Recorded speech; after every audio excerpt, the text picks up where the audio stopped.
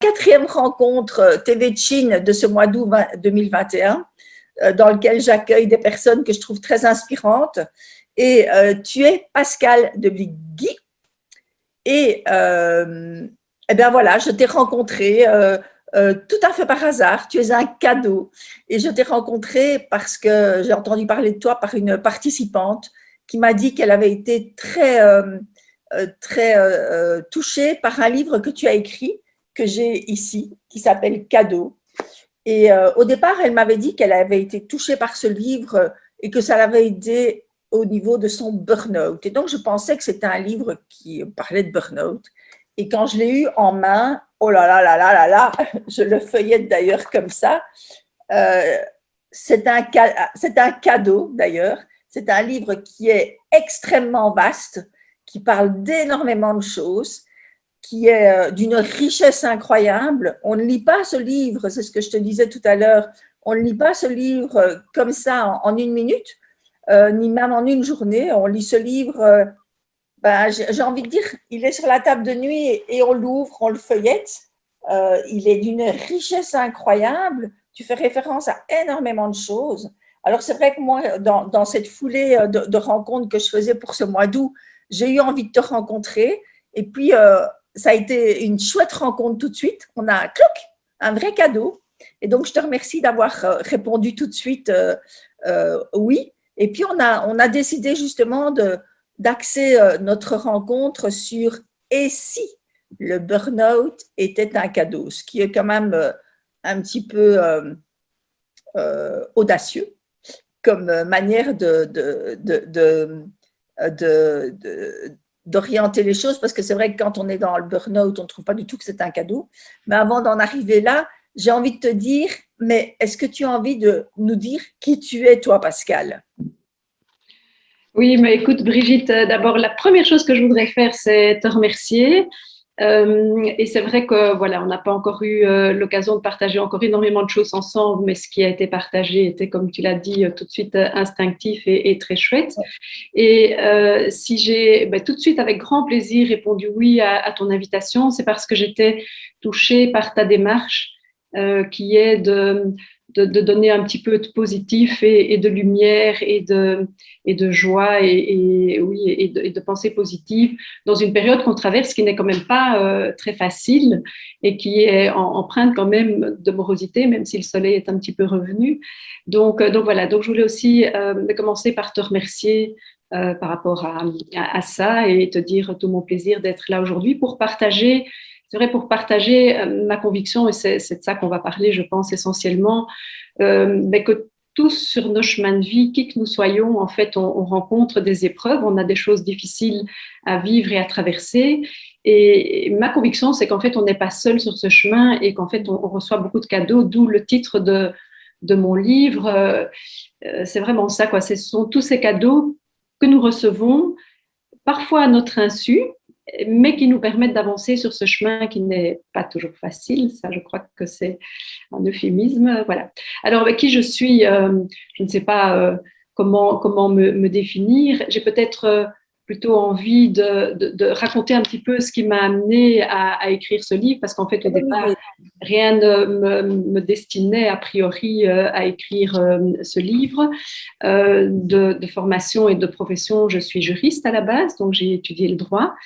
Et tout de suite après mon diplôme, je me suis lancée à corps perdu dans ma profession et dans tous les autres domaines de ma vie, parce qu'en 85, qui était l'année du début, je me suis à la fois fiancée, mariée, j'ai eu mon diplôme, j'ai commencé à travailler, enfin j'ai fait énormément de choses sur une même année.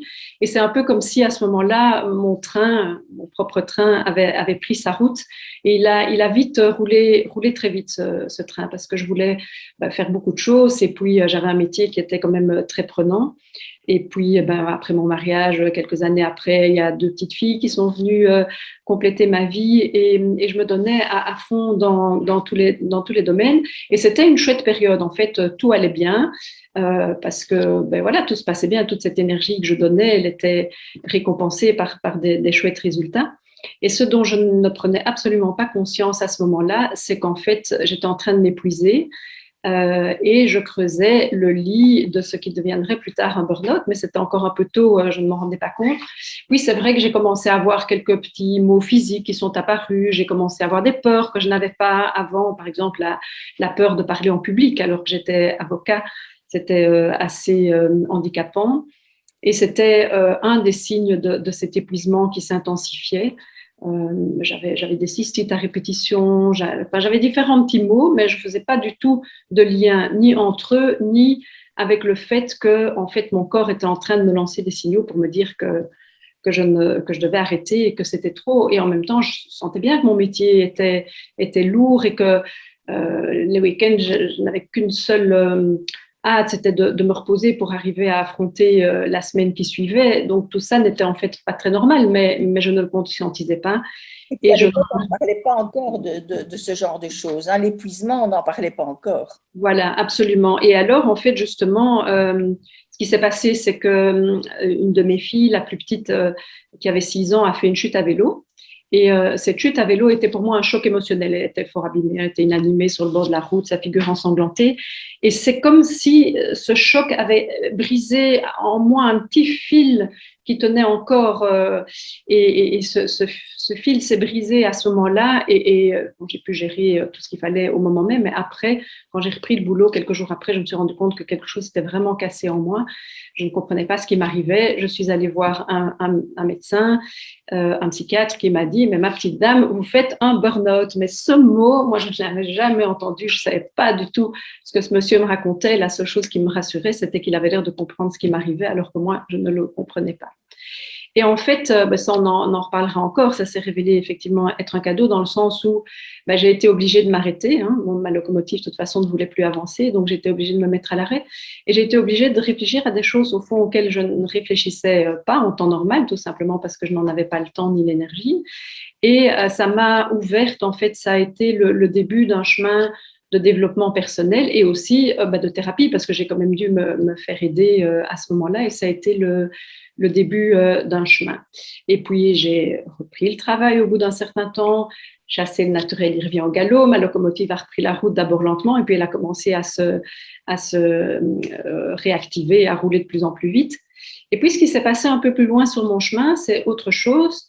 C'est une séparation. Je me suis rendu compte à ce moment-là que mon époux, avec qui j'avais déjà partagé près de 30 ans de chemin de vie, eh bien, c'était plus la personne avec qui j'avais envie de faire la suite de mon chemin. Il y a eu une prise de conscience que je raconte dans mon livre, et je me suis rendu compte qu'en fait, si je voulais être fidèle à moi-même, et après cette prise de conscience, je devais le quitter. Alors, c'est une épreuve de vie aussi. Honnêtement, c'est au moins aussi dur qu'un burn-out, même si on le choisit soi-même. Je crois qu'une séparation, ça vient tellement bouleverser, remettre tellement de choses en cause que c'est un deuxième tsunami quelque part dans ma vie. Et pendant ces épreuves, je me suis rendu compte au bout d'un moment qu'en fait, je les traversais grâce en fait à ce que j'ai appelé les cadeaux pour avancer. Les cadeaux, ils prennent plein de formes. Ça peut être une aide qu'on reçoit à un moment donné, ça peut être un rendez-vous médical qui se libère pour nous quand on en a besoin, ça peut être une phrase qu'on entend et qui nous inspire, ça peut être un livre qu'on lit et qui nous aide à faire une avancée sur notre chemin, ou une thérapie, ou un concept qu'on découvre. Et puis, ça peut être évidemment un accident de vie, une épreuve, ça peut être une amitié. En fait, ça peut être plein de choses, les cadeaux, mais ils sont là sur notre chemin et c'est chaque fois comme des mains tendues qui nous permettent d'avancer. Donc, j'avais pris au bout d'un moment quand même conscience de ça. Et puis, j'avais aussi une facilité à partager ce que je vivais. C'est-à-dire que quand mes amis étaient confrontés à une difficulté, assez naturellement, je racontais moi comment j'avais pu gérer cette difficulté. Plusieurs fois, on m'avait dit, mais tu sais, ça m'a énormément aidée. Et voilà que je retrouve un vieil ami qui venait de vivre aussi un bouleversement dans sa vie et que comme j'avais fait déjà avec pas mal d'amis, j'avais dit, mais écoute, va voir tel thérapeute, lis tel bouquin, allons ensemble à telle conférence, etc. Et au bout d'un moment, il m'a dit, mais tu sais, tu m'as fait gagner énormément de temps en me partageant tout ça. Tu m'as fait gagner 10 ans, j'aurais peut-être pu faire ce chemin-là tout seul, mais j'aurais pris du temps, je me serais perdue sur des voies de traverse. Il dit, ce serait génial si tu pouvais faire bénéficier de ton expérience un plus grand nombre de personnes. Et la même semaine, dans un tout autre contexte, une de mes amies qui habite Paris et qui était de passage et que j'ai revue à cette occasion m'a dit « Oh, tu devrais écrire un livre ». Alors, dans le livre L'alchimiste, Paulo Coelho nous dit « Il faut être attentif aux signes ». Et je me suis dit, ça, c'est quand même étonnant, quoi, 2 personnes qui me disent ça. Et l'idée a fait son chemin. Et alors, j'ai décidé d'écrire effectivement un livre, je ne sais pas du tout qui s'appellerait Cadeau au départ, mais pour partager en fait ce cheminement et pour partager ma conviction que ces cadeaux sont là et que plus on les voit d'ailleurs, plus ils se présentent dans notre vie sous différentes formes et notamment des synchronicités. Et aussi pouvoir permettre à d'autres personnes de découvrir, notamment au niveau thérapeutique, des chemins que moi j'avais suivis et des techniques de développement personnel ou des concepts que j'avais découverts. Et c'est parfois un peu aride, tous ces concepts, quand on doit les apprendre dans des bouquins ou théoriquement. Et j'ai pris une autre forme, je me suis dit, je vais raconter comment j'y suis arrivée et aussi comment je suis arrivée au burn-out, comment je suis arrivée à la séparation, comment je l'ai vécu et alors ce que j'ai trouvé, en quoi ces thérapies ou ces découvertes m'ont aidé. Et le fait de le raconter, parce que en fait ce livre, il est en fait à la fois, quand on me dit c'est quel type de bouquin, je dis c'est à la fois roman, récit de vie et livre de développement personnel, parce que c'est raconté sous forme d'une histoire. Alors j'ai pris mon histoire évidemment comme base, 15 ans de mon histoire en fait.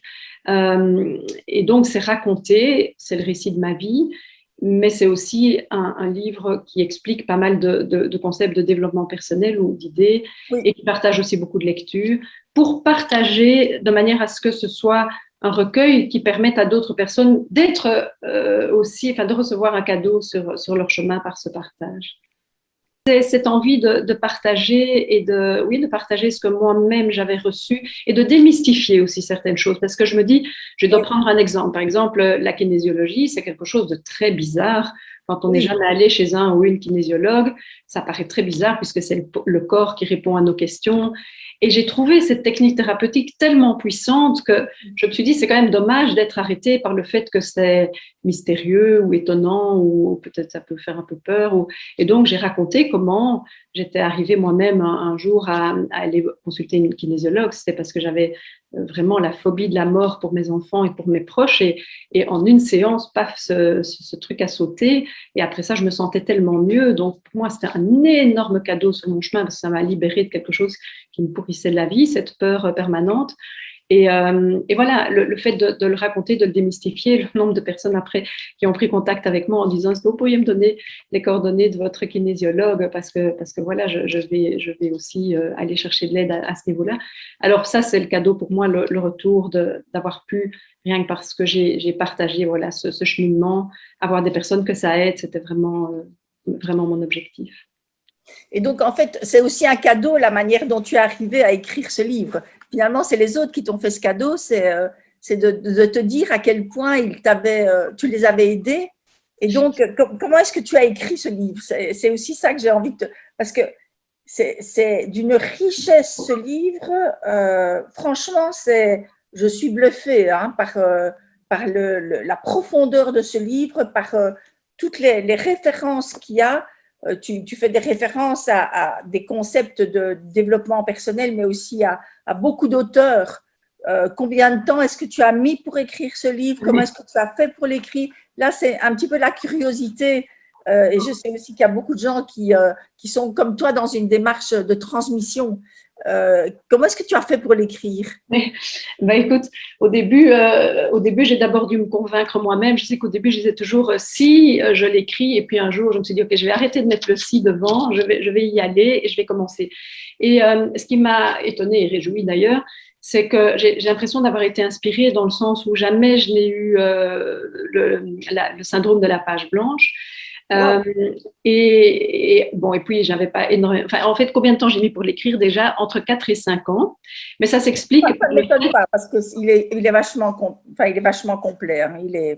Mais je pense qu'il fallait qu'il y ait une certaine maturation qui se fasse, mais aussi que je trouve le temps de le faire. Évidemment, ça prend du temps.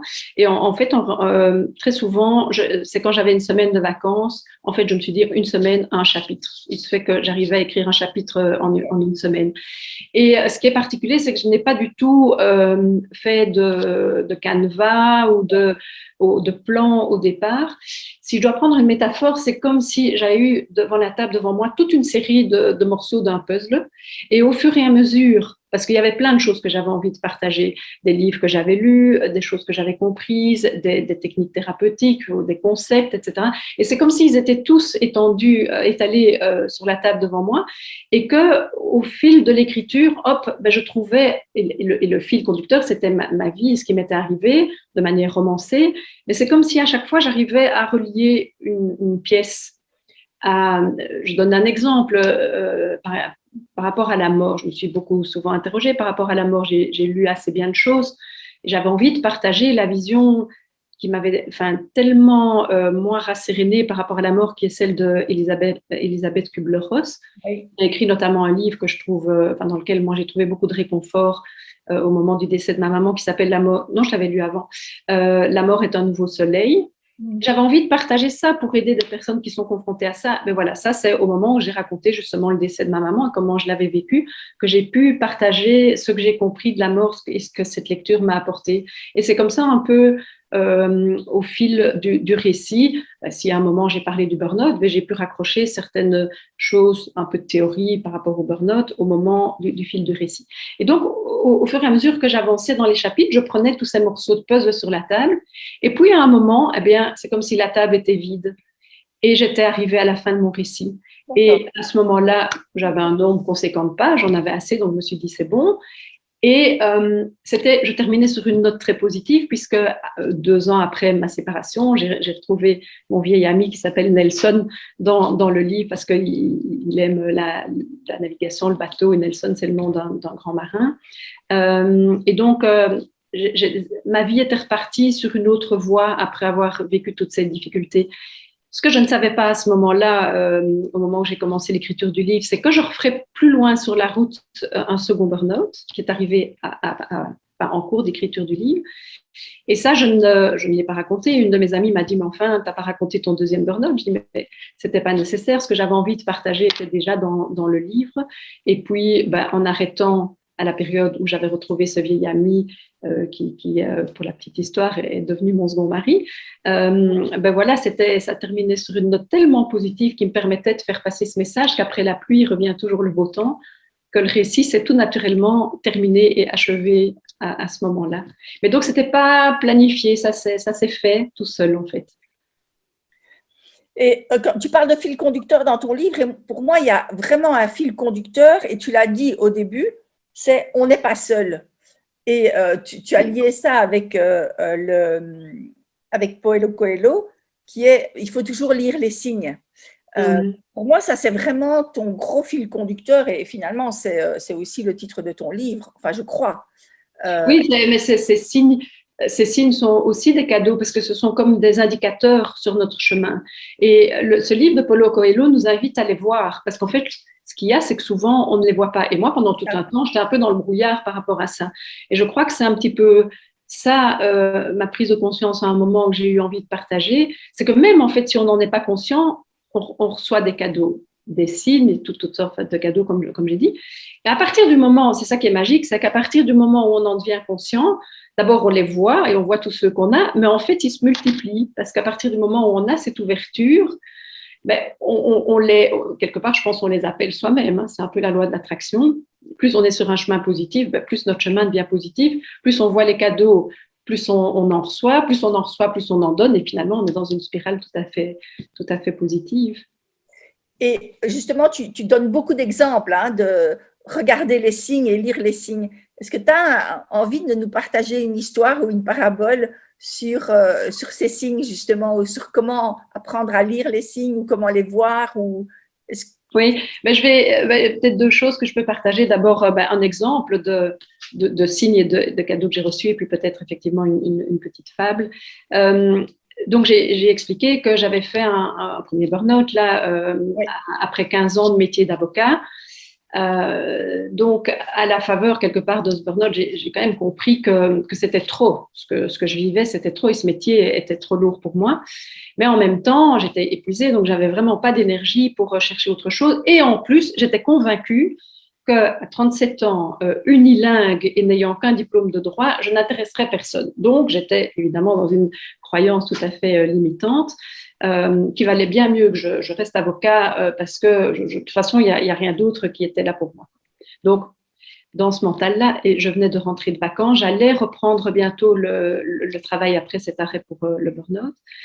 Et pour la petite histoire, on était un vendredi 26 août. Je décide de cuisiner des pommes de terre le midi, ce que franchement je ne faisais jamais. On mangeait pas souvent des pommes de terre et en tout cas pas le midi.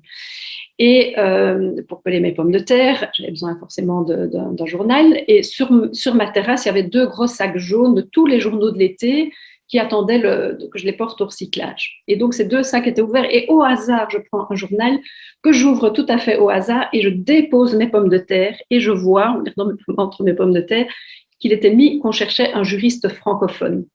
On ne cherche jamais un juriste francophone, on cherche toujours un juriste bilingue ou trilingue. Donc, ça a franchement attiré mon attention. Donc, j'ai écarté mes pommes de terre et j'ai vu qu'on était donc le vendredi 26 août et c'était une grosse banque de Bruxelles qui cherchait un juriste francophone parce qu'il y avait encore 2 ordres, enfin les francophones et les néerlandophones, et il fallait remplir des quotas, donc on cherchait un francophone. Et donc, ça voulait dire avec un diplôme francophone. Et le journal datait du 15 juillet et le dernier jour pour rentrer sa candidature était le 26 août, ce jour-là.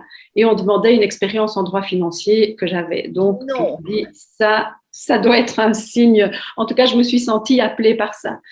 Et donc, j'ai téléphoné à cette banque, j'ai dit, écoutez, voilà, je ne suis pas du tout prête, j'ai même pas de curriculum vitae, parce que j'avais jamais cherché de boulot, en fait, mais votre annonce quand même m'interpelle, et on m'a dit, écoutez, c'est pas grave, envoyez-nous simplement un fax, il n'y avait pas encore de mail, pour dire que vous êtes intéressé, et puis vous nous enverrez votre dossier la semaine prochaine. Et donc, j'ai dû m'activer le week-end pour me faire un curriculum vitae, l'imprimer, etc. Puis j'ai envoyé ça, et puis je me suis dit, enfin, qu'est-ce que j'ai fait de toute façon? Je vais quand même rester avocat, c'est tout ce que je sais faire et que je connais. J'ai un peu oublié ça. Et puis, bon, voilà, je ne vais pas aller dans tous les détails, mais de fil en aiguille, en fait, à chaque moment du processus, j'ai été réinvitée à l'étape suivante. Un examen écrit, un test psychotechnique. Et chaque fois, je me disais, je ne vais pas y aller. Et chaque fois, il y avait une personne qui était là sur mon chemin qui me disait, mais enfin, vas-y, quoi, qu'est-ce que tu as à perdre de toute façon? Et je l'ai fait dans l'idée de me dire, en fait, bah oui, je vais le faire, mais c'était une expérience. Je ne le faisais pas pour trouver un boulot. Et puis finalement, je suis entrée dans cette banque. Et ça a vraiment permis, en fait, d'abord de m'alléger la charge, de me donner un équilibre bien plus agréable et nécessaire, d'ailleurs, sur le plan de ma santé, de vie personnelle et de vie professionnelle. J'ai pu commencer à 3/5, ce qui m'a permis de me restaurer du burn-out en continuant à travailler, mais en le faisant beaucoup plus lentement, jusqu'à ce que ma locomotive reprenne de la vitesse, voilà, parce que chasser le naturel et il revient au galop. Mais ça a vraiment été un cadeau. Mais si ce jour-là, je n'avais pas été attentif à ces signes tout à fait incroyables de ce jour-là. Si tu n'avais pas fait de pommes de terre, d'abord. Voilà, il fallait déjà. Donc là, je pense que ça, c'est un bon exemple pour dire ça. Moi, je crois quand même qu'on est guidé sur notre chemin. Oui, parce que pourquoi est-ce que ce jour-là, je fais des pommes de terre? Pourquoi est-ce que dans mes 2 gros sacs que je n'avais pas encore été portés, que j'aurais pu déjà apporter, je prends juste ce journal? Et pourquoi je dépose ces pommes de terre juste à cet endroit-là? Ça, je me dis. Où est-ce que tu regardes ce qui est écrit sur le. Oui. Là, je crois qu'on est. C'est pour ça que je dis, à mon avis, on n'est pas seul sur le chemin. C'est ça qui m'aide à y croire, en tout cas. Après, il y a d'autres exemples. Mais donc, il a fallu chaque fois, en plus, qu'il y ait quelqu'un qui vienne me. Chaque fois que j'avais tendance à m'écarter de ça, il y avait quelqu'un qui venait me remettre dessus, quoi. Et donc, je suis arrivée jusqu'au bout du processus sans y croire, même jusqu'à la dernière étape, j'étais toujours persuadée que je n'irais pas. Et ça a été un tel cadeau dans ma vie parce que si je n'avais pas pris cette bifurcation-là, ben, je ne serais pas là aujourd'hui parce que toute la suite du chemin aurait été différente. Et je pense que j'aurais continué à m'abîmer. Heureusement que j'ai pu avoir cet allègement dans ma vie professionnelle qui a fait que j'ai pu non seulement aller mieux, mais aussi m'ouvrir à d'autres choses, avoir du temps pour lire tous ces bouquins que je partage après, avoir du temps pour développer des amitiés qui ont été importantes dans ma vie, qui ont aussi été des cadeaux, mais que jusque-là, je n'avais pas le temps de développer, et plein d'autres choses qui m'ont permis, que j'ai pu découvrir grâce à ça, en fait. Absolument. Donc voilà. Et alors ça c'était une Ça, c'est ton exemple personnel. personnelle. Et alors oui, une parabole que je raconte dans mon livre et que j'aime bien aussi par rapport à ça parce qu'elle parle bien de ça, c'est l'histoire d'un. Ça va prendre aussi beaucoup de sens par rapport à ce qu'on a vécu, parce que j'ai repensé à ça dans les inondations qu'on a vécues récemment, parce que l'histoire, c'est justement celle d'un homme dont le village est inondé, mais c'était des images qu'on n'avait pas encore vues chez nous, mais que maintenant on connaît. Et l'eau commence à monter et il ne veut pas quitter sa maison. Et puis, il y a les voisins qui viennent sonner à la porte et qui disent « On s'en va, venez avec nous ». Il dit « Non, non, non, non, je reste ici, de toute façon, j'ai confiance, Dieu va me sauver ». Et puis, l'eau continue à monter, elle arrive au premier étage de la maison et à ce moment-là, il y a une barque de la police ou de l'armée qui passe et qui dit « Monsieur, venez avec nous, l'eau monte, c'est dangereux ». Et il dit non, non, non, non, non, non, moi je reste ici, de toute façon, Dieu me sauvera, j'ai confiance en Dieu et tout ça. Bon, et puis l'eau arrive au toit, au niveau du toit, il est sur son toit et l'hélicoptère encore vient le chercher, veut lui lancer une échelle de corde et il dit non, non, non, non, j'ai une telle confiance en Dieu que je suis sûre qu'il va me sauver. Et puis arrive ce qui doit arriver, l'eau arrive au-dessus du toit et notre monsieur meurt. Donc, il arrive au paradis, il arrive chez Saint-Pierre et là, il demande à voir Dieu et il lui dit, mais Dieu, qu'est-ce que tu as fait quoi? J'avais confiance en toi, j'étais sûre que tu allais me sauver et tu ne m'as pas aidé, tu m'as laissé tomber. Et à ce moment-là, Dieu lui répond, mais attends, les voisins, la barque de la police ou de l'armée et l'hélicoptère, ce sont tous des signes, je t'ai envoyé de l'aide et tu n'as rien pris, tu n'as rien saisi comme perche.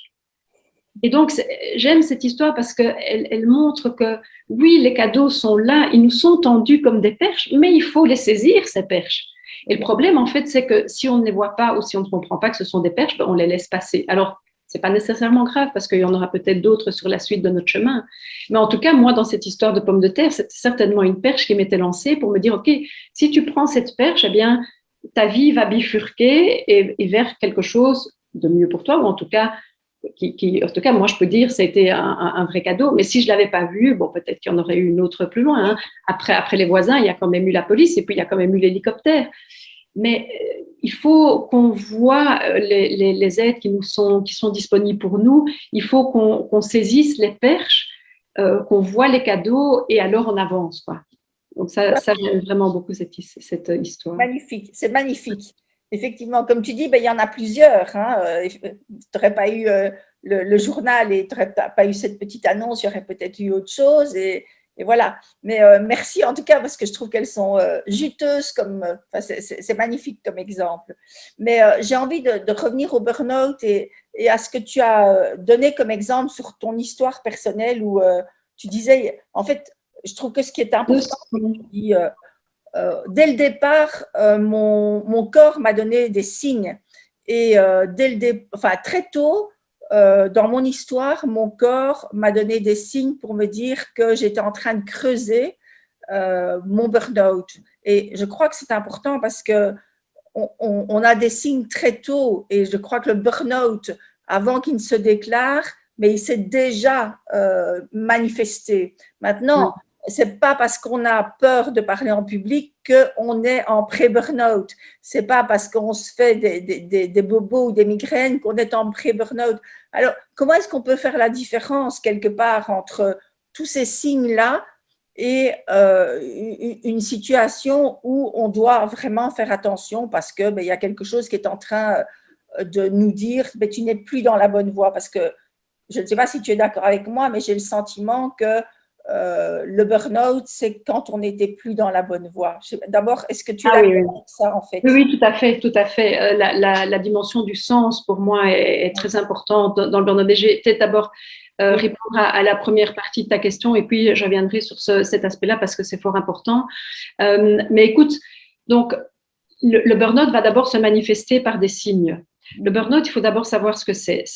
On appelle ça un syndrome. Ça veut dire que c'est un ensemble de symptômes. La traduction française, on va dire, du mot burn-out, c'est syndrome d'épuisement professionnel. Et chaque mot est important. Syndrome, ça veut dire un ensemble de symptômes. Et donc, ça va se caractériser par une série de symptômes physiques. Et ça s'explique par le fait, ici je dois aller très vite pour l'expliquer parce qu'on n'a pas beaucoup de temps, mais je donne des conférences vraiment sur ce sujet pour mieux comprendre le burn-out. Mais c'est un épuisement fondamental du corps et de toutes les dimensions de la personne à force d'avoir été usé par le stress. C'est le fait d'avoir subi des stress à répétition, alors qu'ils soient professionnels ou personnels, et qui fait que le corps s'use parce que nos glandes qui produisent les neurotransmetteurs et les hormones qui doivent nous aider à faire face au stress sont sollicitées en permanence. Et comme dans nos vies actuellement, on n'a pas l'occasion d'avoir suffisamment de moments de ressourcement, on est en déséquilibre et on use quelque part notre corps. Et donc, tous les systèmes s'abîment, le système immunitaire, le système endocrinien, le système hormonal, enfin, celui qui, je sais plus comment il s'appelle, qui nous fait dormir, etc. Et donc, ça commence à se manifester par différents maux physiques. Et dans une première phase, ce sont des petits maux. Enfin, le corps ne crie pas très fort. Et puis, comme on ne l'entend pas, et ça, c'est typique tout à fait du burn-out, ce sont souvent des personnes qui sont très engagées dans ce qu'elles font, très perfectionnistes, très enthousiastes, avec un haut système de valeurs, etc. Elles continuent à donner. Et elles n'ont en général pas appris à mettre des limites, à s'écouter elles-mêmes, etc. Donc, le résultat, c'est qu'elles continuent, sans entendre, ce qui était mon cas, les signaux du corps. Et au bout d'un moment, le corps va parler plus fort et va crier de plus en plus fort. Et on en arrive alors à la phase où on est en état de burn-out, ça veut dire d'épuisement fondamental, à la fois physiquement, psychiquement, émotionnellement, mentalement, enfin cognitivement, on est épuisé dans toutes les dimensions et on craque en une fois. Alors heureusement, il y a des gens qui sont alertés avant d'arriver au moment de craquer, parce que quand on craque et qu'on est ce que j'appelle dans le trou du burn-out, on met longtemps à se réparer. Il vaut mieux pouvoir s'en rendre compte quand on n'y est pas encore et qu'on a été attentif à tous ces maux physiques. Alors, tu as dit, c'est pas parce qu'on a quelques maux physiques qu'on est en état de burn-out. Non, le burn-out, c'est une pathologie qui se traduit par des signes et qu'un médecin doit pouvoir apprécier, doit pouvoir objectiver. Donc, c'est super important de ne pas se tromper dans le diagnostic. Tout le monde ne fait pas un burn-out et le problème, c'est que maintenant, on dit souvent « je suis fatiguée, je fais un burn-out ». Le burn-out est une pathologie tout à fait spécifique, très différente de la dépression et différente d'autres pathologies. Donc, il faut vraiment qu'il y ait un diagnostic médical pour qu'on puisse parler de burn-out. Mais si tous les maux physiques ne sont pas le signe d'un burn-out ou ne conduisent pas à un burn-out, ça ne veut pas dire que le stress n'abîme pas tout le monde. Et tous ces maux physiques, qu'ils soient dans le cadre d'un burn-out ou pas, ils doivent interpeller. Ils doivent interpeller parce que c'est le signe quand même que le corps dit il y a quelque chose qui ne va pas. Et beaucoup de personnes ont aussi de l'angoisse, de l'anxiété. Ce sont aussi des signaux de notre être profond, et là je vais revenir à la deuxième partie de ta question, qui sont là pour nous dire il y a quelque chose qui ne va pas, il y a quelque chose qui ne va pas dans ta vie, tu n'es pas aligné à toi. Et je suis convaincue que le burn-out est quelque chose qui arrive dans la vie d'une personne pour lui faire prendre conscience qu'il y a quelque chose qui ne va pas dans sa vie, qu'elle n'est pas nécessairement sur son juste chemin. Et ce psychiatre dont je vous ai parlé, qui en 1999 m'a accueilli dans le cadre de ce premier burn-out et m'a expliqué ce qui m'arrivait, il a utilisé une expression que j'aime beaucoup et qui pour moi est très juste. Il a dit « le burn-out, c'est la maladie de l'âme en deuil de son idéal ». Et je crois très fort ça, c'est très très fort. Donc la maladie de l'âme en deuil de son idéal. Et c'est une expression pour dire, en fait, on n'est pas sur son juste chemin, sur ce que Paulo Coelho, justement, appelle la légende personnelle. Oui. Et tu sais, je vais même aller plus loin. Moi, je suis convaincue que s'il y a maintenant une épidémie de burn-out, parce que c'est quand même à ça qu'on est en train de faire face pour le moment, c'est parce que de manière générale et presque de manière collective, l'âme humaine n'est plus en adéquation, n'est pas en adéquation avec la façon dont on vit aujourd'hui, avec la façon dont on traite la planète, avec cette hyper-activité, avec cette hyper-course à la rentabilité, avec cette hyper-consommation. On est fondamentalement plus en phase avec ça. Et pourtant, on est obligé de suivre le système pour le moment. Et je crois que c'est ce décalage entre ce que profondément on souhaite, à titre individuel dans son propre chemin de vie et à titre collectif, qui est l'explication de cette épidémie maintenant. Il y a de plus en plus de gens qui ne se sentent pas bien. Et je pense d'ailleurs que le Covid est peut-être aussi quelque part sur ce chemin de compréhension prend son importance parce que le confinement a quand même amené pas mal de personnes aussi à réfléchir et à prendre conscience qu'il y avait des choses qui n'allaient pas, qu'il y avait des choses à changer. Et le fait d'avoir été obligé à certains moments de lever le pied, parce que tout simplement on a été empêché de continuer à courir à toute vitesse, eh bien, a permis à beaucoup de se recentrer sur leurs vraies valeurs. Et il y a pas mal de changements de vie qui vont découler de cette période qu'on vient de traverser pour cette raison-là. Est-ce qu'on ose dire que c'est un cadeau, le Covid? Ah, le Covid, je crois que tu allais me dire le burn-out. Écoute, Oui, on est en train de le dire, mais comme tu amènes la question du Covid, je suis en train de me demander, est-ce qu'on ose dire ça? Oui, mais je pense qu'on doit pouvoir oser le dire, sachant que, comme pour toute épreuve, au moment où on traverse l'épreuve, on ne peut pas se rendre compte que c'est un cadeau. Que ce soit le Covid, le burn-out ou n'importe quelle autre épreuve, au moment où tu la vis, c'est juste affreux. Donc, quand je commence des conférences sur le thème est-ce que le burn-out est un cadeau, je commence par dire je me rends compte à quel point c'est provoquant comme question audacieuse, comme tu disais, parce que bien sûr que toutes les personnes qui sont en train de traverser l'épreuve du burn-out vont me dire, et c'est une vraie épreuve, vont me dire attends mais c'est juste horrible, donc non, c'est pas un cadeau. Donc le Covid, effectivement, au moment où on le traverse, non, certainement pas, c'est pas un cadeau. Et quand on voit tout ce qui se passe maintenant et tous les effets collatéraux, même au niveau économique, au niveau de la santé mentale des gens, on peut effectivement dire c'est juste une terrible épreuve. Et en même temps, je pense que comme toutes les autres épreuves, elle recèle son lot de cadeaux. D'abord, pour ce que je viens d'expliquer, on a tous été obligés à un moment de se mettre à l'arrêt. Quel cadeau de se mettre à l'arrêt, franchement, parce que nos vies ne nous autorisent pas ça. Et donc, au bout d'un moment, pouf, on était tous à l'arrêt et on s'est rendu compte qu'il y avait des oiseaux dans les arbres, qu'il y avait, bon, c'était l'année passée, du soleil dans le ciel, un beau ciel bleu. On s'est rendu compte que quand on s'arrête, on découvre d'autres choses. En fait, notre cerveau ne fonctionne pas de la même manière non plus quand il est en hyperactivité que quand il est à l'arrêt. Et on a tous pu faire des prises de conscience par rapport à ça, se recentrer sur certaines choses. Au niveau familial, il y a de très belles choses qui se sont passées et dans d'autres cas, on a pris conscience que ça n'allait plus de suivre le chemin ensemble. Mais toutes ces prises de conscience, elles sont quelque part utiles sur le chemin. Il y a beaucoup de solidarité qui sont développées à ce moment-là. On a pu prendre conscience de certaines failles de notre système de santé, mais aussi de la chance qu'on a d'avoir ce système de santé. Et comme toute épreuve, en fait, je pense que ça dépend de la façon dont on la prend. Nos épreuves, on ne les choisit pas. Mais ce qu'on choisit, c'est la façon dont on les traverse, la façon dont on y fait face. Et je pense que pour le confinement, le Covid et tout ce qu'on vit, c'est cet état d'esprit qui fait la différence. Vous pouvez regarder ça avec le filtre de voir que tout est négatif, comme on peut aussi utiliser le filtre d'essayer de voir ce qu'il y a de positif. C'est ça que je dis, essayer de voir les cadeaux, parce que plus on les voit, plus on s'habitue aussi à voir les choses sous l'angle positif. Et quand on vit le positif, on attire à soi le positif. C'est le principe de la loi de l'attraction. Et ça marche vraiment comme ça. Donc, oui, moi, j'ose quand même dire que le Covid, il y a par exemple, allez, tout le monde n'a pas été mis à l'arrêt, il y en a qui ont plus travaillé, c'est le cas des soignants. Mais en faisant ça, certains se sont découverts là-dedans, ont été au-delà de leur zone de confort, sont entrés dans leur zone d'audace, sont dans le dépassement de soi, se sont découverts des vocations. D'autres ont compris qu'ils n'étaient pas sur la bonne voie. Mais donc tout ça, pour chacun, il y a des belles choses qui se sont passées et des prises de conscience. Parfois, il y a aussi eu des grosses difficultés, mais la façon aussi de se rendre compte, de trouver la force en soi de traverser une grosse difficulté, bah, ça peut aussi être vu comme un cadeau. Donc, je pense que c'est vraiment une question d'état d'esprit, en fait. Oui, tout à fait. C'est joli ce que tu dis. C'est bien. En fait, on ose, avec toi, parler quand même de sujets qui sont graves et les voir sous un autre angle. J'ai envie de revenir quand même au burn-out, puisque c'est quand même notre sujet, même si je t'ai emmené ailleurs pendant quelques instants. Et de revenir à ce sujet-là et de te poser la question, est-ce qu'on peut en sortir du burn-out quand on a été bien loin? Parce que c'est vrai qu'il y a plusieurs phases. Hein. C'est vrai que moi, j'entends des gens qui disent « Ouais, le mois passé, j'ai fait un burn-out. » Bon, je crois que c'est juste pas un burn-out, c'est une bonne grosse fatigue.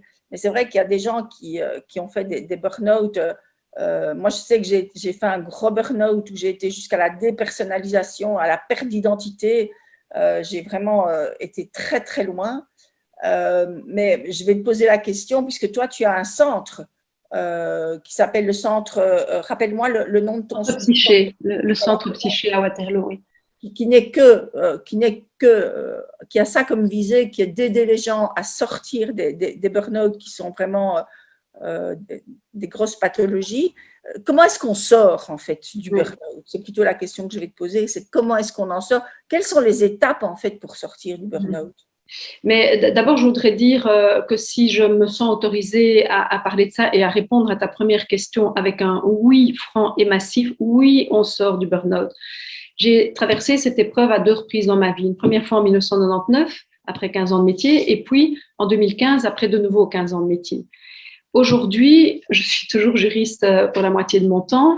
Je suis devenue hypnothérapeute, je me suis formée à l'hypnose à la faveur du deuxième burn-out, il a été un cadeau aussi, et j'ai créé le centre psyché à Waterloo. Donc, tu peux imaginer que je suis de nouveau full occupée.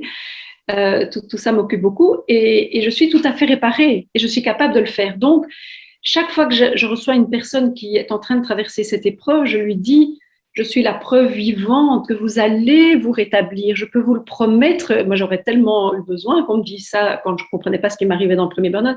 Je dis, vous allez vous remettre, mais c'est une traversée.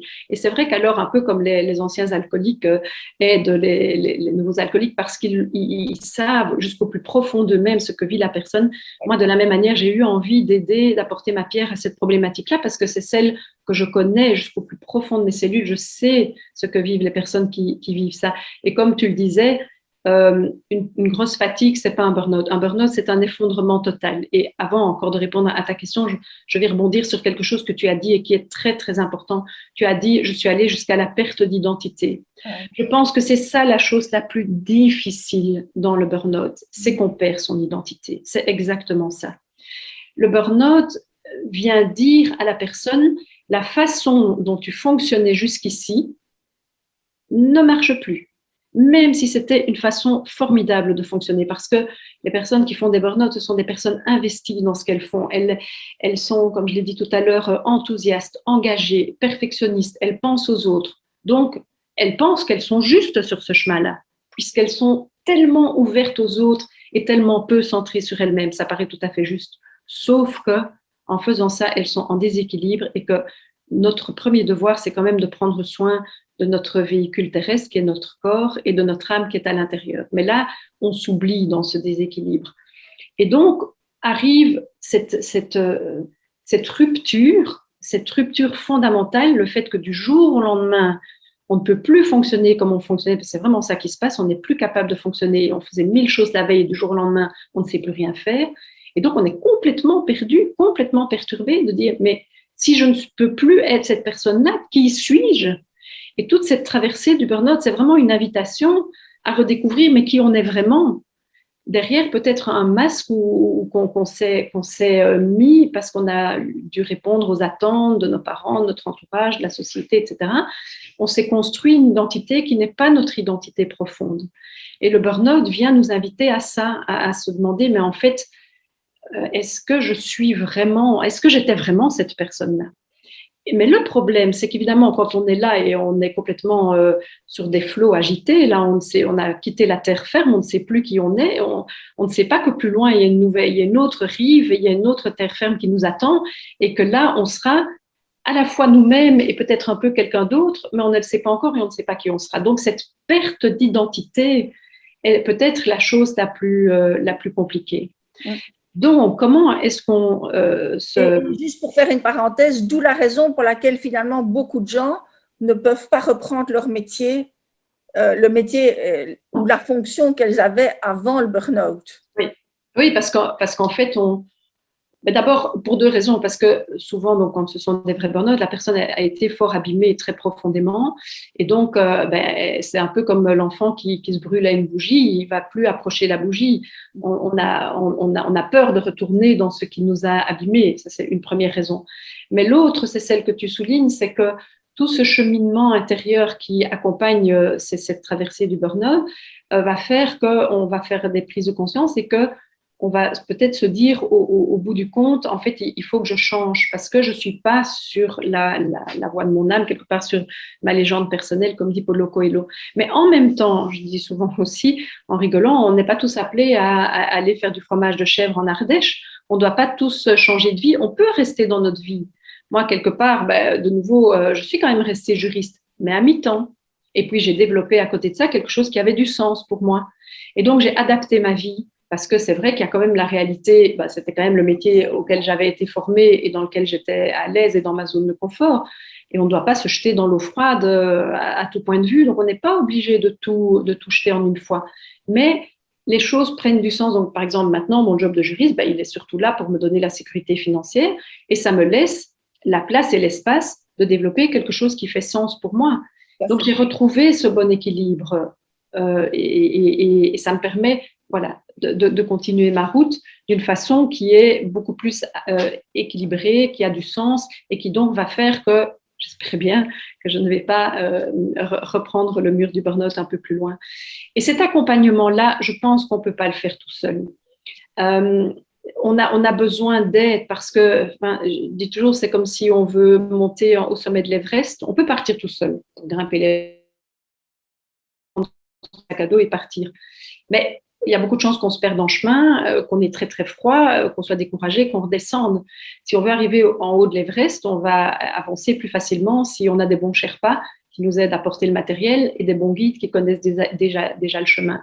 Donc, un des messages que je dis aux personnes qui sont confrontées à ça, si vous en avez la possibilité, faites-vous aider parce que ce sera moins difficile de traverser. Alors, comment, et j'en viens à ta question enfin, comment est-ce qu'on se remet d'un burn-out? Eh bien, je pense en travaillant plusieurs dimensions. Et je dis toujours aux personnes que j'accompagne, la première dimension, c'est vraiment la base de la reconstruction de notre édifice personnel. La base, les fondations, c'est l'acceptation. Et c'est sans doute le plus difficile. Parce que c'est très, très difficile quand on a été une Ferrari et qu'on a avancé à 100 à l'heure et qu'on a toujours eu tout le retour positif de tout ce qu'on faisait sans voir que notre corps s'épuisait, etc. C'est très, très difficile d'accepter ça. Il y a beaucoup de personnes qui sont d'abord dans le déni et puis qui ont beaucoup, beaucoup de mal à vivre ça.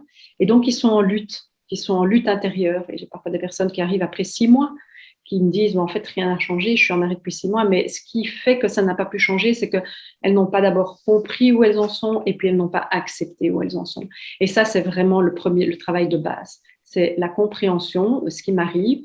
Je passe souvent un temps de qualité à expliquer à la personne ce qui se passe dans son corps, comment ça s'est installé, pourquoi ça s'est installé et pourquoi elle ressent les choses comme ça. Et puis après, ça aide à l'acceptation, à comprendre d'abord et puis à accepter. Et alors après, on peut être sur le chemin de la reconstruction. Et j'ai dit, c'est un état d'épuisement fondamental à différents niveaux. Donc, il va falloir travailler à différents niveaux, progressivement ou en parallèle. Mais ce qui est au-dessus des fondations, mais qui est aussi une des fondations absolument nécessaires de l'édifice, c'est travailler sur son corps. Parce qu'en fait, le burn-out, je l'ai dit, c'est une maladie physique, et pas du tout, comme certains confondent avec la dépression, une maladie plutôt psychique. C'est le corps qui ne veut plus, c'est la maladie de l'énergie, le burn-out. On voudrait bien encore, on a ce verre devant nous, mais on n'arrive plus à le saisir parce que le corps est épuisé. Donc, il faut avant tout prendre soin de ce corps qu'on a malmené pendant tant d'années. Il faut lui permettre de se reposer. Donc, avant tout, c'est comment est-ce qu'on fait ça alors? C'est avec du repos, avec des médicaments, avec des vitamines? Avec du repos, avant tout, est essentiel du repos couché, parce que les glandes surrénales se restaurent mieux quand on est couché. C'est faire des siestes, c'est avoir des bonnes nuits. Voilà, ça, c'est le repos physique.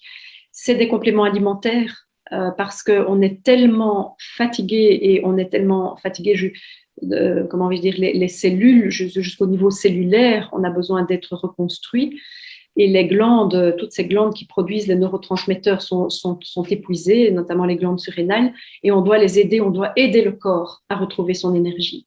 Et pour ça, il faut s'adresser à un nutrithérapeute ou à un médecin qui va pouvoir donner les bons les bons oligo-éléments et les bons comment vais-je dire, compléments alimentaires pour aider le corps à reprendre le dessus. Parce que c'est comme la batterie, quoi. Quand la batterie est tout à fait plate, il faut la recharger, il faut l'aider à se recharger. Les thérapies énergétiques peuvent aussi aider par rapport à ça, parce que si on a des fuites d'énergie, c'est un peu comme si on remplissait une bouteille qui n'a pas de fond, quoi. On remet de l'eau et puis elle recoule en dessous. Comme quoi, par exemple, comme quoi? Il y a des thérapies énergétiques, il y a des ostéopathes formés à. Il y a des techniques qui permettent de déceler par où. Enfin, ce sont des gens qui sont formés à ça ou qui ont le don et qui arrivent à percevoir par où la personne a une fuite d'énergie. Pour moi, la kinésiologie est aussi une très, très bonne technique par rapport à ça. Donc, ça, c'est tout l'aspect du corps. La nutrition, très importante, la nutrition, parce que souvent aussi, quand on est stressé, on ne mange pas bien, on a besoin de sucre, on a besoin de café, on a besoin éventuellement d'alcool, mais c'est quelque part une fuite en avant. Ça, et il faut revenir à il y a des aliments qui sont bons, qu'on doit manger à certains moments, et tout ça nous aide à nous reconstituer. Et donc, dans notre centre, on a voulu que les personnes puissent arriver et recevoir toute l'aide dont elles ont besoin à tous les niveaux. Donc, on a formé une équipe et notamment, donc, il y a des nutrithérapeutes, il y a une kinésiologue, etc. Alors, ça, c'est la dimension du corps. Puis, il y a la dimension de reconnexion à son être. Parce que quand on a fonctionné à 100 à l'heure, on a oublié qu'on a un corps, mais on a aussi oublié, on en a déjà parlé, qu'on a une âme, qu'on a un être profond qui est aussi en souffrance parce qu'on ne l'a pas écouté, on l'a malmené. Et donc, la première chose à faire, c'est se reconnecter à soi. Et se reconnecter à son corps, ça peut passer par la danse, ça peut passer par le mouvement, ça peut passer par le massage. Très important, le massage pour se reconnecter à son corps. La reconnexion à soi, ça peut passer par la méditation pleine conscience. Moi, j'ai des séances de méditation guidée, le yoga. Donc, ce sont toutes ces techniques la sophrologie, qui vont permettre de reprendre conscience à la fois de son corps et de son être par la respiration, par des mouvements, etc. Et c'est super important parce qu'on ne peut pas faire l'économie de ça. Parce que sinon, qu'est-ce qui se passe? On reprend comme avant. On reprend tout en continuant à malmener ce corps et cette tête. Mais la machine va se réarrêter quelques kilomètres plus loin alors. Puis, il y a la dimension de la compréhension de ce qui nous est arrivé. Parce que malgré tout, même si on a des belles valeurs, même si on est quelqu'un qui fonctionne tourné vers les autres, etc., malgré tout, si on arrive au burn-out, c'est quand même qu'il y a quelque chose qui ne va pas par rapport au corps ou par rapport, comme on l'a dit, à son être profond. Et donc, il faut quand même mettre autre chose en place et ça passe par une introspection personnelle de se dire, OK, c'est quoi qui me conduit à me comme ça? Donc là, on va trouver l'aide de la psychothérapie. Moi, comme je l'ai dit, je me suis formée à l'hypnose. L'hypnose est une technique c'est une technique de thérapie brève qui permet de se mettre en contact avec l'inconscient et d'aller comprendre c'est quoi qui me fait fonctionner comme ça au niveau inconscient qui fait que je suis incapable de prendre soin de moi, de mettre mes limites, que j'ai un rapport au temps qui me conduit dans le mur, etc. etc. Et souvent, la cause est dans la façon dont on s'est construit à la faveur ou à la défaveur de ce qu'on a vécu dans notre vie et surtout dans notre enfance, les messages qu'on a reçus, ce qu'on nous a appris quand on était petit, les modèles qu'on a reçus. Et tout ça, avec l'hypnose ou avec la psychothérapie, on peut aller travailler ça pour mettre d'autres modes de fonctionnement en place pour permettre après de reprendre la route. C'est ce que je dis souvent aux personnes. Alors, les gens sont parfois super gênés d'être à l'arrêt pour 6 mois ou pour 1 an. Mais d'abord, c'est absolument indispensable. Il faut du temps pour se remettre d'un burn-out. Et il n'y a rien à faire, c'est nécessaire. Et cette acceptation du temps est aussi une clé, parce que si on veut retourner tout de suite, on retourne non réparé et on retombe un peu plus loin. Il y a beaucoup de rechutes dans le cas du burn-out. Donc, il faut accepter qu'il faut faire ce travail en profondeur pour la suite du chemin. Et je fais souvent dessiner une ligne du temps aux gens et je leur montre où ils sont et je leur montre que il y a déjà tout ce qu'il y a derrière, mais il y a encore tout ça qui est devant. Donc, ça vaut vraiment la peine de se remettre en forme. Et puis, je leur montre que 6 mois d'arrêt ou 1 an, ou même 1 an et demi ou 2 ans d'arrêt sur leur ligne du temps, leur ligne de vie, qu'est-ce que c'est finalement à l'échelle d'une vie? Donc, prenez le temps, restaurez-vous, réparez-vous, prenez ce burn-out comme une chance et comme un cadeau. Et puis après, vous repartirez réparer pour la suite de votre route. Et alors, pour terminer sur ce sujet, c'est aussi dans ce questionnement que prend la place de la question du sens. Qu'est-ce que ça vient me dire dans ma vie? Pourquoi est-ce que je fais un burn-out? Parce que moi, je crois que les épreuves sont là pour nous permettre d'évoluer, d'avancer. Et un burn-out a du sens sur un chemin. Donc, et c'est en ça qu'on peut dire notamment que c'est un cadeau, parce que ça vient ouvrir et donner place à ce questionnement. Est-ce que je suis sur mon juste chemin? Est-ce que ce que je vis est juste pour moi? Et ça permet alors d'apporter des changements à sa vie pour être plus aligné à son propre chemin. Et au niveau du timing, tu parlais de un an et demi, ça peut aller plus loin? Oui, ça peut aller plus loin.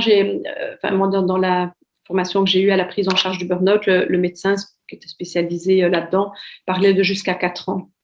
Donc, ce n'est pas anormal. Donc, s'il y a des personnes qui nous écoutent et qui traversent l'épreuve du burn-out, je dirais, ce n'est pas anormal, mais bien sûr, de nouveau, un peu comme… 4 ans d'interruption totale, tu veux dire? Oui, ou de temps pour se remettre et pouvoir revivre, entre guillemets, tout à fait normalement. C'est un processus. Il faut bien se dire, c'est un processus. Quand on a la grippe, on est malade pendant 15 jours, on a de la fièvre, on prend du Dafalgan et puis hop, ça passe. Quand on a un burn-out, c'est toute autre maladie quelque part, c'est autre chose. Il n'y a pas un médicament qui fait partir le burn-out, c'est un cheminement avec besoin, comme j'ai dit, de travail à ces différents niveaux. Et si on ne le fait pas, c'est comme si on avait un édifice à qui il manque des morceaux. Si vous repartez tout de suite sur la route, vous aurez peut-être quelques pierres à votre édifice, mais il ne sera pas un édifice solide. Et donc, donc moi, pour donner mon expérience personnelle, le premier burn-out, j'ai été en arrêt professionnel pendant 6 mois. Et puis, j'ai recommencé à mi-temps médical et puis j'ai changé de boulot. Je vous l'ai dit, j'ai recommencé à 3/5e et ça m'a bien convenu. Et j'ai été à 3/5e pendant 2 ans. Et puis, j'ai réaugmenté. Et dans le deuxième burn-out, là, j'ai été en arrêt 2 ans. 2 ans totalement. Mais pendant ce temps-là, je me suis reconstruite, j'ai réfléchi. J'ai aussi, quand j'allais mieux, commencé à me former à l'hypnose, à la prise en charge du burn-out, c'est venu après. Mais voilà, et après, j'ai adapté ma vie. Je n'ai pas repris mon métier de juriste à temps plein, je l'ai repris à mi-temps, et puis j'ai développé autre chose à côté. Donc, il n'y a pas un moment où on peut vraiment dire, ça y est, là, ça a commencé là, ça a fini là. Non, c'est un processus. Et on sent quand on est prêt, je pense qu'on le sent. Le problème, évidemment, c'est que ça dépend des métiers. On ne peut pas toujours se permettre des arrêts aussi longs. Hein. Le contexte professionnel ne le permet pas nécessairement. Si on fait un burn-out parental, on ne peut pas se mettre en arrêt de ses enfants. Ça peut être plus long du coup aussi. Donc ça peut être plus long, mais ce qui est vraiment très important, ce que je dis toujours, parce qu'il y a aussi toute la souffrance de l'entourage, des personnes qui font un burn-out, parce qu'elles non plus, elles ne comprennent pas pourquoi cette personne qui fonctionnait bien, tout à coup ne fonctionne plus. Enfin, c'est très, très difficile pour l'entourage aussi. Je dis, quand on me demande, mais qu'est-ce qu'on peut faire? Je dis d'abord de la bienveillance, comprendre. Dites-vous bien que la personne qui était une flèche avant et qui tout à coup est à l'arrêt, elle n'a pas envie d'être dans cet état-là, elle ne demande qu'une chose, c'est de pouvoir recommencer. Donc, si elle est dans cet état-là, croyez bien qu'elle ne va pas bien, parce que sinon, elle fonctionnerait autrement. Donc, bienveillance, essayez aussi de comprendre et d'accepter. Cette compréhension et cette acceptation est nécessaire aussi pour l'entourage. Et aidez-la. Et c'est surtout important pour les personnes qui sont en burn-out parental, parce qu'il faut toujours prendre soin des enfants. Et cette situation de burn-out peut parfois déboucher sur de la maltraitance sur les enfants, tellement la personne n'en peut plus. Donc, c'est vraiment important. Donc, si vous avez quelqu'un dans votre entourage qui est dans cet état, aidez-la en lui prenant de temps en temps ses enfants, en lui donnant l'occasion d'avoir une bonne nuit ou d'aller se détendre, d'aller suivre une thérapie, d'aller se faire un massage, etc., pour lui permettre de rétablir un peu, parce que le problème, c'est ce déséquilibre entre le stress et les ressourcements, de pouvoir réduire un peu les facteurs de stress et réaugmenter les facteurs de ressourcement. Et j'en profite pour dire d'ailleurs que la période qu'on a traversée de confinement et de Covid a des effets malheureusement néfastes par rapport à la santé mentale et notamment au cas de burn-out. Et ça s'explique par le fait que, comme je l'ai dit, c'est ce déséquilibre entre les facteurs de stress et les facteurs de ressourcement. Pendant la période Covid, les facteurs de stress ont fort augmenté et les facteurs de ressourcement ont diminué parce que ce qu'on était empêché de faire, c'est en fait tout ce qui nous fait du bien. Et c'est ce déséquilibre crée la rupture. Donc, voilà. Donc, le mot d'ordre par rapport à ça, c'est se faire du bien. Parce qu'autant le stress nous fait produire des neurotransmetteurs qui abîment notre corps, autant le ressourcement nous produit des neurotransmetteurs et des hormones qui font du bien à notre corps, comme la dopamine, la sérotonine. Mais quand on n'a plus de plaisir, on ne les produit plus. Or, ils sont nécessaires aussi. Donc, de grâce, faites-vous plaisir. Et quand on ne peut pas sortir, comme on l'a vécu, il faut trouver d'autres sources de plaisir, mais essayer de ne pas être dans l'amorosité et dans la peur du Covid. Pour ça, il ne faut pas trop écouter tout ce qu'on nous raconte à la télé et être plutôt dans ce qui nous fait du bien, se faire du bien, se faire plaisir.